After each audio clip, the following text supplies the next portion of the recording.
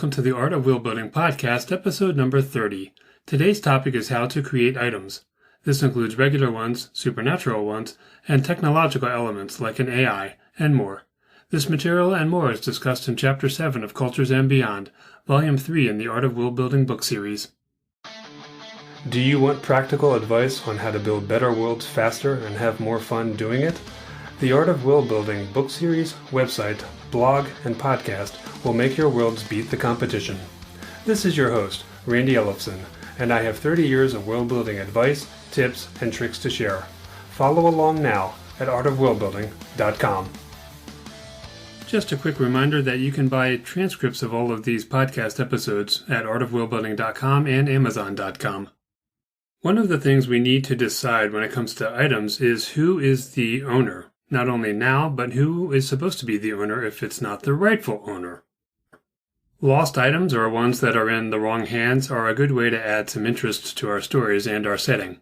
It's possible that somebody wants it back and is hunting for it, and if our main character has it, then this is a complication. Our character may or may not know that it really belongs to someone else, and this is especially true if they found it somewhere. And there's that old idea, finders keepers. That's something that we say here in the United States, but the attitude might be quite different in another culture, especially among another species or race. You'll have to decide what their attitude is. Do you want them to be the same or not? I think it would surprise American readers if a character found out the item really belongs to someone else and they just hand it over even though they found it somewhere. The more valuable or special that item is, the more surprising that would be, but it's certainly one way to show a different attitude among another species, or a culture. If the item is in the wrong hands now, we may want to stop and think about how this came to be, and we don't have to write an actual short story, but create an owner and something simple about what happened to it. Was it stolen or lost, and when did this happen? Is that person even alive anymore? That obviously simplifies things, and if we don't need that character showing up and being a hassle for our main characters, then that's a good way to go. However, some items are famous, and there might be other people who are interested in acquiring that. We don't have to create an origin story for every item, but it is a good idea, because it's too easy to just throw items out there and have our characters finding them all the time. This is something that audiences are used to from playing something like Dungeons and Dragons or other games on, in computers where you just find items and you go, hey, great, now I've got this.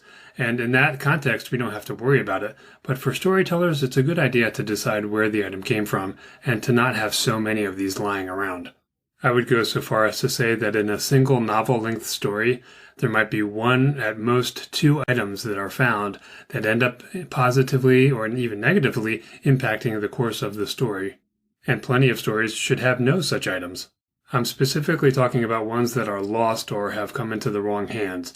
It's okay to have more items that were not exchanged that way, but this whole thing of lost items and then being found, it's a little too convenient.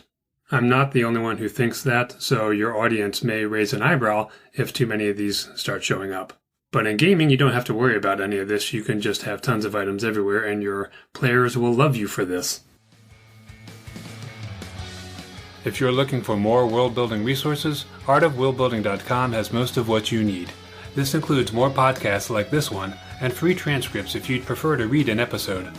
You can also find more information on all 3 volumes of the Art of Worldbuilding series, which is available in ebook, print, and audiobook formats. Much of the content of those books is available on the website for free. You can also join the mailing list at artofworldbuilding.com/newsletter.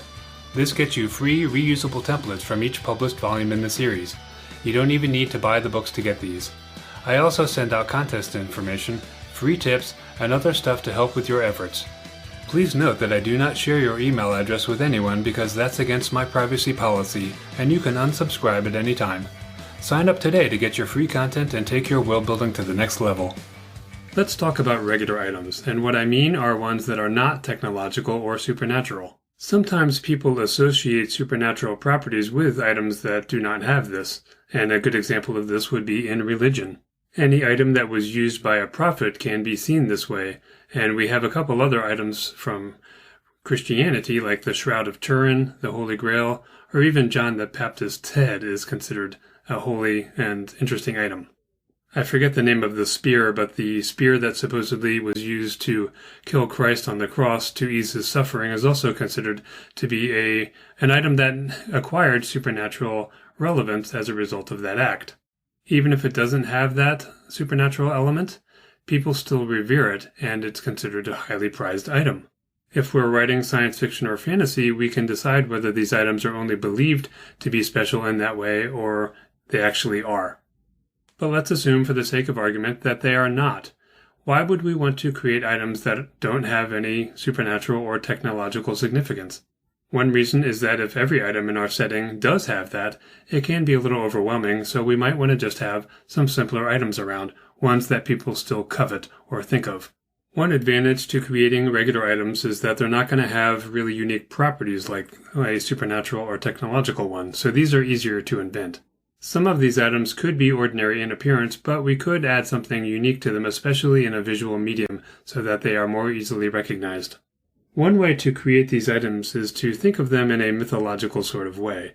What I mean is that an item could be ordinary until it did something extraordinary, not because there's anything extraordinary about it, but simply because something very important happened, and this item was involved. An example of this would be the broken sword, I think it's called Narsil, from The Lord of the Rings. This is the sword that cut the ring off of Sauron's hand. There may or may not have been anything special about this sword, but once it did this, it became special, not because it acquired properties, but simply because of the significance of being involved in this incredible moment. We can do this with anything. I could smash a teapot over the head of a really bad villain and kill him, and the shards of that teapot are now famous. That's a silly example, but you get the idea. Along those lines, I remember reading a book where a character who was believed to be a murderer was executed, and right when he was beheaded, these women ran forward with bowls to collect the blood that was spurting out of his neck. And, it's obviously a gruesome scene, but the reason they were doing this was that the blood of a murderer was considered to be powerful in witchcraft. Maybe it is, and maybe it isn't. As it turns out, that guy was actually innocent. It kind of makes you wonder if any spell they cast with his blood went awry because it wasn't the right kind of blood. That story was set on Earth, by the way, and it didn't involve magic in any way. It was just a myth that characters had. I believe it was set in the early 1800s in Norway. This brings up a point that we don't necessarily need these things to be true in order to assign something like that to an item. Going back to this idea of a sword that is special, what if the blacksmith who made that acquires a reputation for having made great swords just because one of his swords was used in a significant way?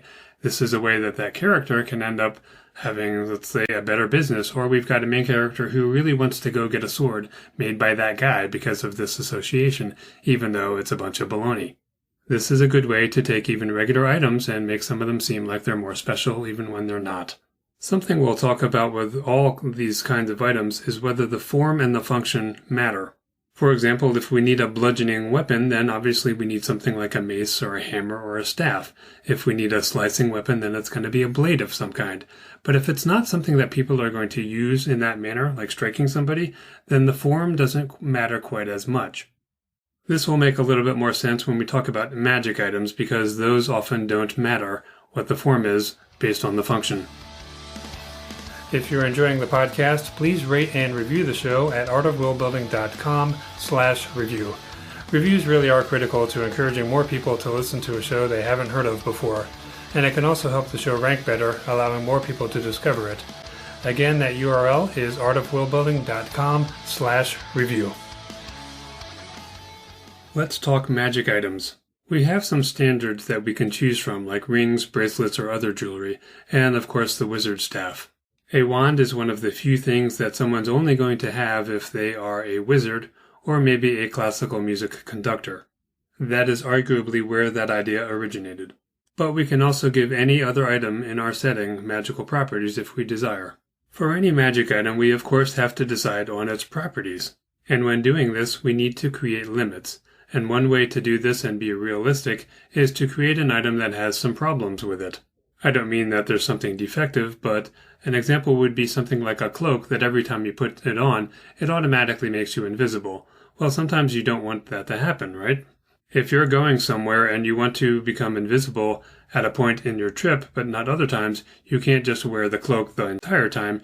You're going to have to stash it somewhere and then pull it out and then put it back later. In other words, this item is a little bit inconvenient as opposed to, for example, a ring of invisibility where with a touch or a word you can flip it back and forth and you're not having to hide it or take it off.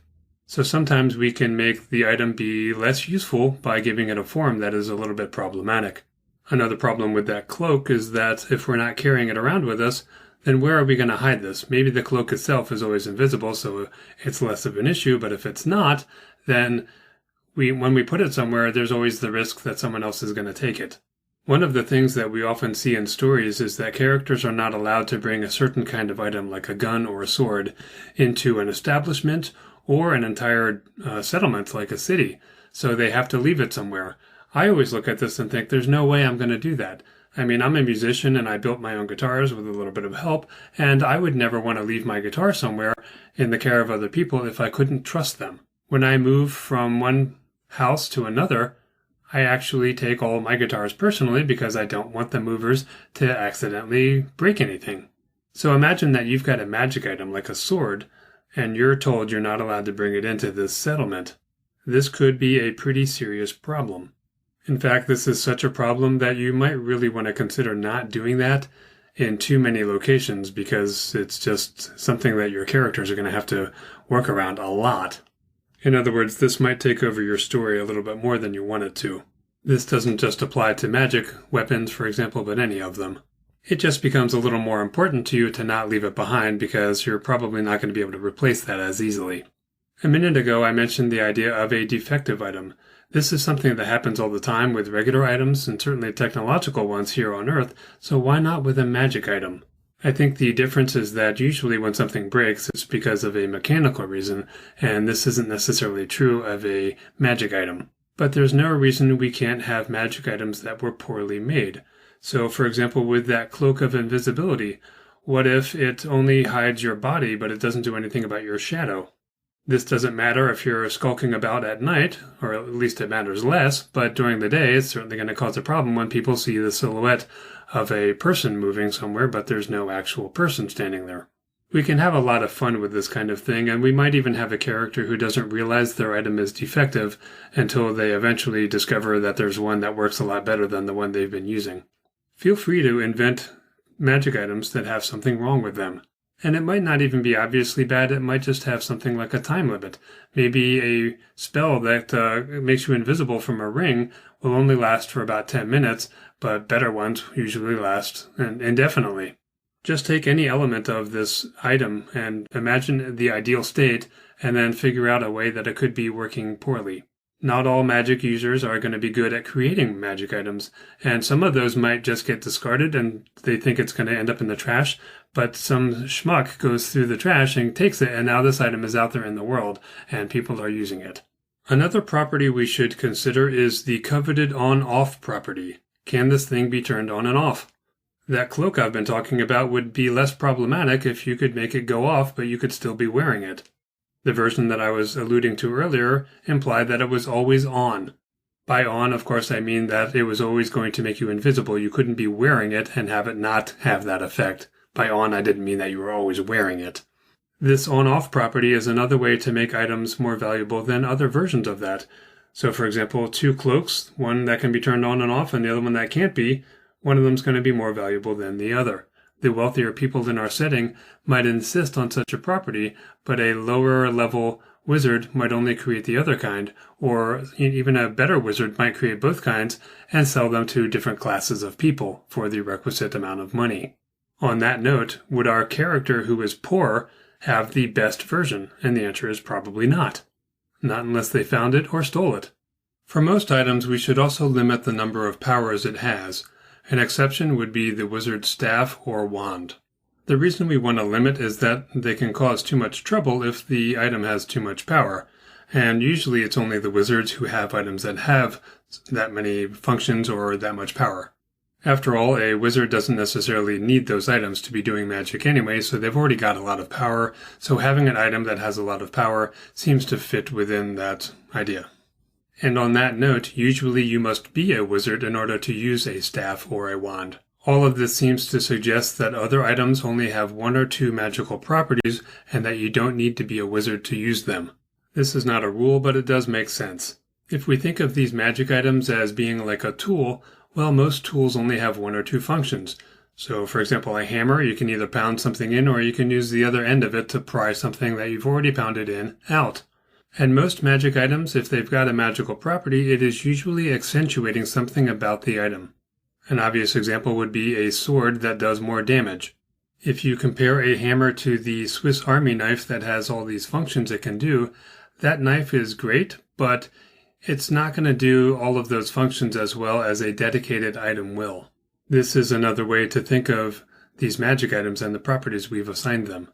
Another important element is the form of that magic item. Something like a wand, a staff, or a ring doesn't seem to impact how that is being used, but a weapon does. One of the things we can do is take an item like a broom and use it for something like flying, even though that has nothing to do with its original form.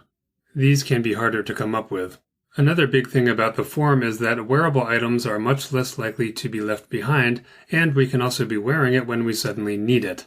But that does depend on whether it's got that on-off property. It also depends on what it does. A ring of invisibility is kind of different from one that makes us less likely to suffer damage from an attack. Maybe it is making our skin harder. This is something that we could presumably wear all the time, unless, of course, maybe we're about to have intimate relations with someone who doesn't like how rough our skin is. One great thing about jewelry items is that even regular jewelry serves no real purpose other than dressing ourselves up a little bit. So if a character is wearing jewelry that happens to be magic, it's likely that no one's really going to pay that much attention to it unless doing so is unusual. This is why it's a good idea to use something like a ring, even though that is a cliché. It's just such an obvious one that why wouldn't you have a ring that has the magical property as opposed to something else unless the form of it really mattered? For example, if I need a magic box that you can only open with a certain word, well then obviously a ring isn't going to help me with that. So if we want a magic item that's going to have an effect on the person who has it, an item like a ring is a good idea.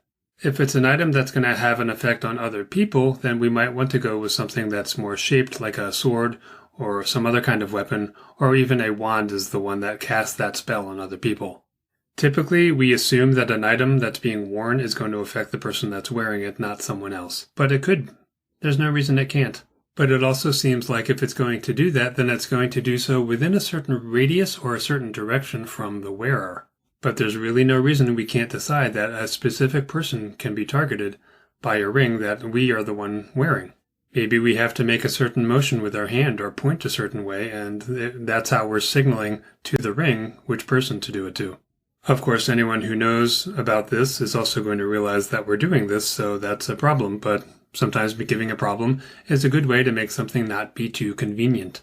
All of this brings up the idea of who the user of this item is intended to be in our story. We should always decide if someone who has no magic talent can use an item. As I mentioned a minute ago, it seems obvious that only wizards can use items specifically designed for them like a staff or a wand, but most other items don't usually require someone with magical talent to use them. Some of them we can just use automatically because they don't have that on-off property like that invisible cloak, but others will need some sort of magic word that must be known to turn them on or off. If we have different types of magic in our world, we could decide that these items only work in the hands of someone who is able to use that kind of magic. We could even decide that some people can't be much affected by that type of magic, and therefore if they're wearing the item, it doesn't act as a magic item. The likelihood of an item being used by someone else when we don't want this is one reason why the manufacturer of that item might decide to place limits on who can use it. A worn item is much less likely to be lost, depending on what it is, than something like a freestanding chest that could be anywhere. The chest is going to be large and heavy and not something we're just carrying around all the time, so we're going to have to leave it somewhere, and as a result of that, it could always be stolen by somebody.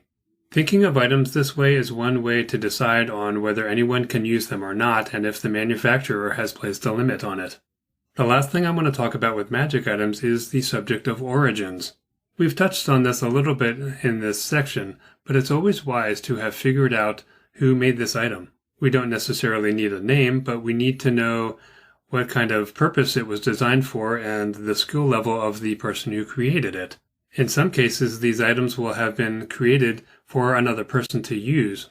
In that sense, it sort of has two origins, the manufacturer and the original owner.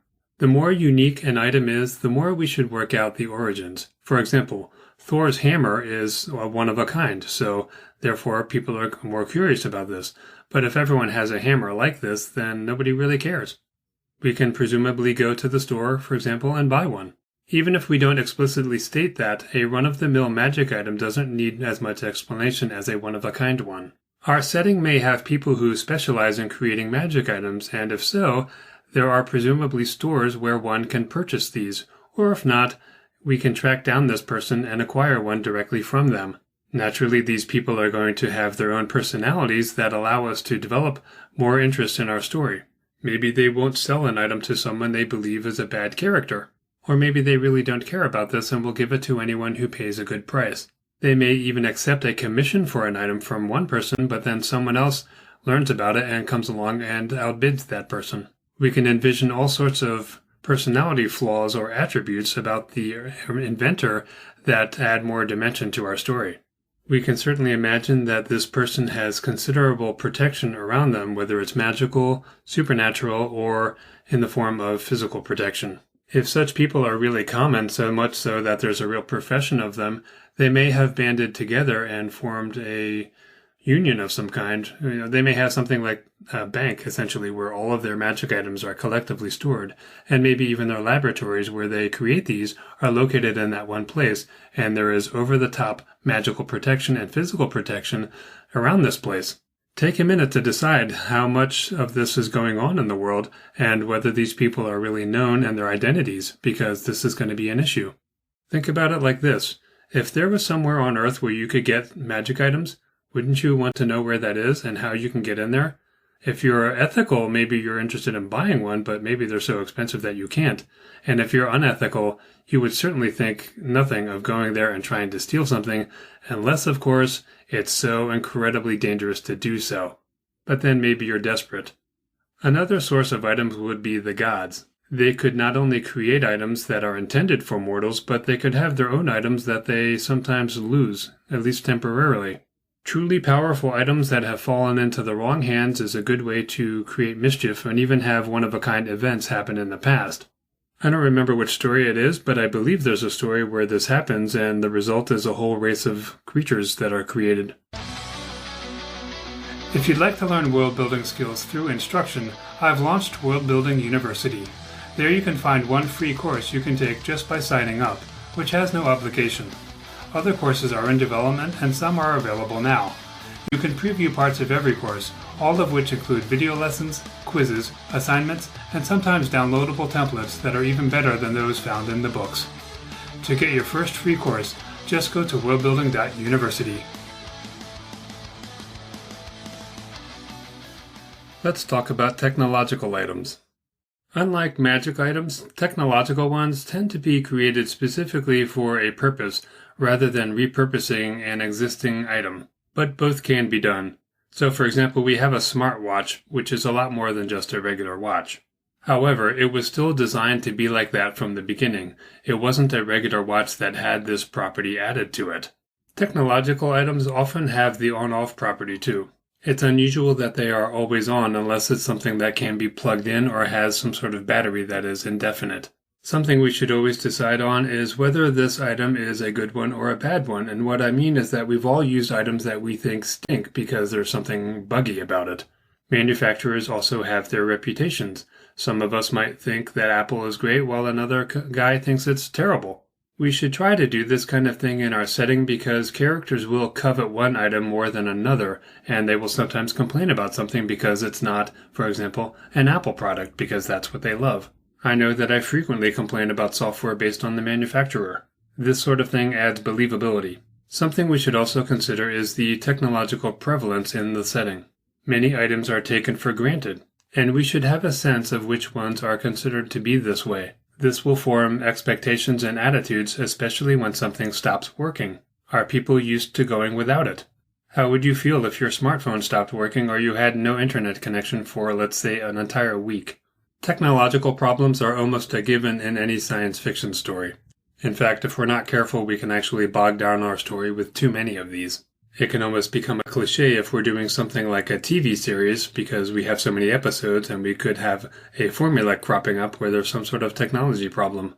Do it too often and people accuse us of using a formula. Another area to consider is usability, because all of us have used an item that we thought was poorly made. This is another thing that manufacturers should be known for, and in fact we really should create several manufacturers that we have named in our setting. Try to think of at least 3 for pretty much every class of things, whether it's ships, weapons, or even household items. The characters will certainly be noticing these things. The occasional gripe or pleasure expressed about them is something that is more believable. When it comes to this usability, this is something that can be a con, so that we have an item that's really powerful, but it's a really difficult item to use, and therefore people avoid it despite the power it has. Durability is a similar issue. Maybe people really like something, but it breaks down all the time. There's also the connectivity issue. I know that a long time ago I stopped using one phone service provider because their service was terrible. And I've done the same thing with my TV provider several times, and right now I have one that I've had for years, and I never have problems with it, so I basically swear by it. We should take a minute to think about how connectivity issues can positively or negatively impact any story that we create, and the characters and the items that are in there. A related issue is the power adapter issue. If we live in the United States and we go to Europe, we need to buy an adapter or our items will not be able to be plugged in. This is obviously a mundane concern, but this is another way that we can make things go wrong for our characters, especially when they arrive on other planets. It always seems like characters are walking around with fully charged items, and one reason people do this, the storytellers do this because they don't want to make that an issue in the story that they're telling. They've got other things on their mind. That's good, but a realistic option would be for only one of the characters to have run out of battery, for example, so that the other characters in the story can still move forward despite this, but it adds a humanizing touch to our story. Or in this case, it makes an item more believable because it has failed.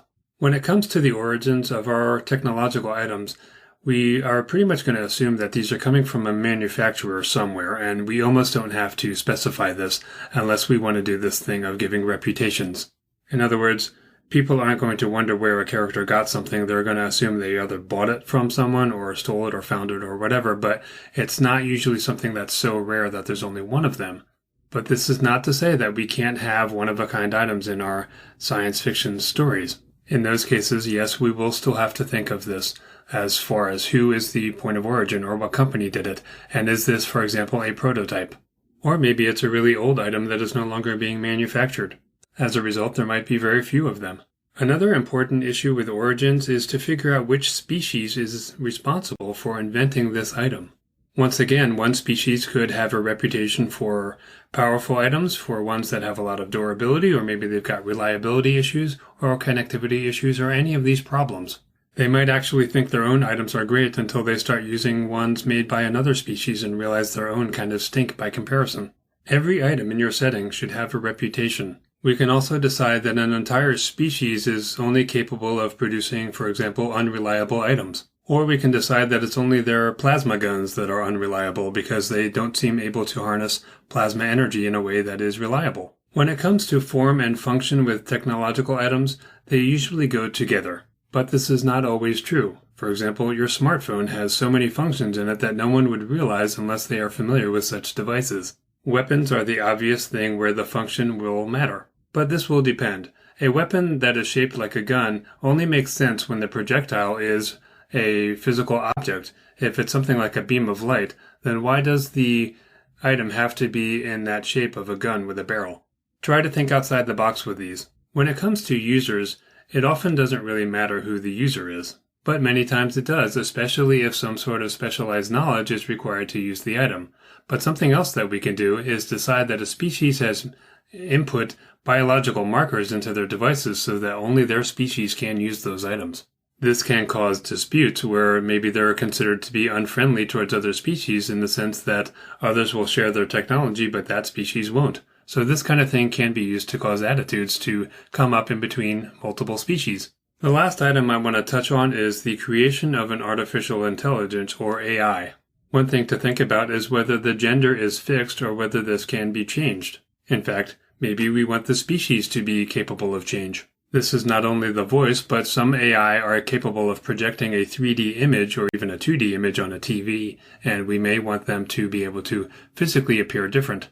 This matters a little bit less in a book because we can't hear the voice of the character.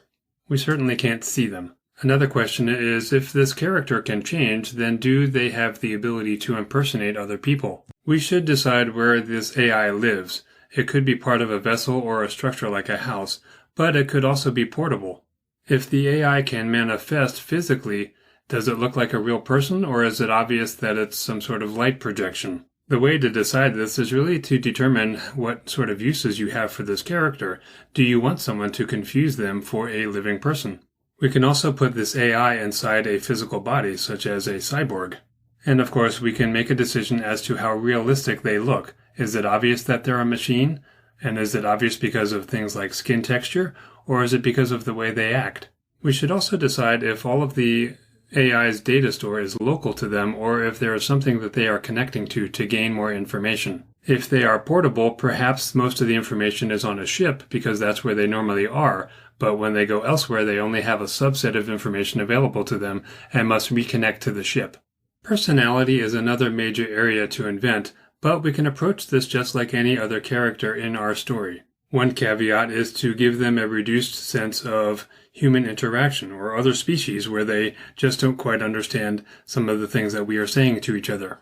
There's nothing original in this, and you have probably seen this portrayed in a variety of shows. It's almost like the comedy of manners thing where people don't quite understand each other. We should also decide if this AI has the ability to appear at pretty much any location in a ship, for example, because this could produce some awkward moments where you're undressed and next thing you know, the AI is on your screen and looking at you. Now, maybe you don't care, but maybe you do, and you might find this awkward. Maybe the AI has been programmed not to do this kind of thing or can be taught why this is considered an issue. Basically, what you want to do is decide how you want this AI to be used and then think of ways it can cause problems or be beneficial to the crew and their interactions with each other. We should also consider if this AI can be modified. Now, as someone who does software development for a living, I can tell you that bugs get introduced all the time. So if there is a crew member or several crew members who have the ability to modify this artificial intelligence, they may do things that don't work out as they intended. Imagine if this AI is responsible for maintaining all the life support systems, for example, and then you've got crew who are able to modify this. They may really screw up and effectively kill everybody on board. I would imagine that in such a scenario, the testing that goes into something being launched is considerable. Another issue here is whether or not this AI can be hacked. This is another idea that others have used effectively. This is one reason not to make the AI be all-powerful. All of the show's music is actually courtesy of yours truly, as I'm also a musician. The theme song is the title track from my Some Things Are Better Left Unsaid album, but now we're closing out with The Gift from SERENADE of Strings. Please rate and review the show in iTunes. Thanks for listening.